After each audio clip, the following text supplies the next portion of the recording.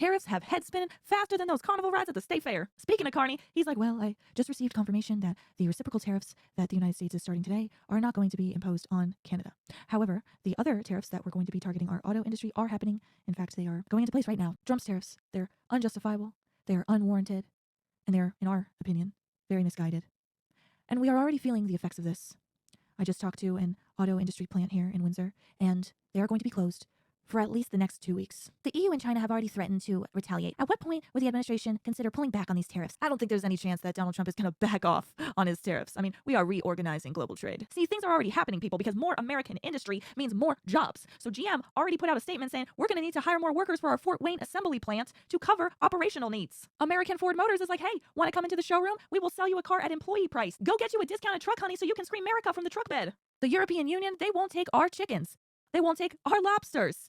And they won't take our big, beautiful beef because their beef is weak. Oh, these Australian bands, they're beautiful people, but they won't import our beef. And that's with us importing $3 billion of Australian beef. But they won't take our beef. They don't want it. Now, this is a little video that's circulating, okay? That's Donald Trump on CNN. Here he is on Fox. There's his skin tone. And then back to CNN. Oh, look, the orange man. I just love me some citrus. Oh, now here's a flashback from Bernie. He's like, these other countries, they want unfettered free trade.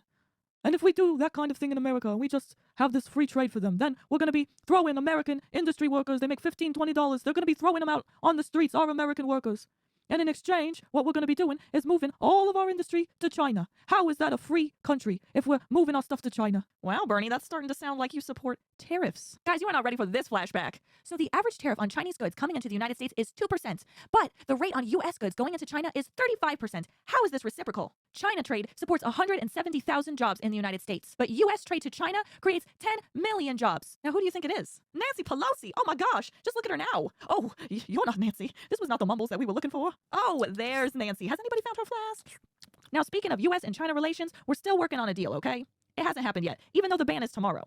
So they all right, everybody, the ban's tomorrow. What's happening? Well, Donald Trump is going to sign an executive order, and then an American company is going to lease the algorithm from China. So there's still hope for us, guys, okay? Don't worry. And remember, as our commander-in-chief says, I love TikTok.